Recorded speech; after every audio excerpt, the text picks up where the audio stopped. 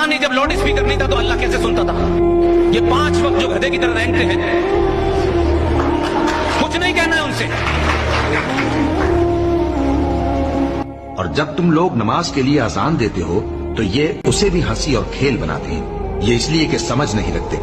कहो कि ऐ अहले किताब, तुम हम में बुराई ही क्या देखते हो, सिवाय इसके कि हम अल्लाह पर और जो किताब हम पर नाजिल हुई उस पर और जो किताबें पहले नाजिल हुई उन सब पर ईमान लाए हैं, और ये कि तुम में अक्सर बदकिरदार हैं। कहो क्या मैं तुम्हें बताऊं कि अल्लाह के यहाँ इससे भी बदतर जजा पाने वाले कौन हैं?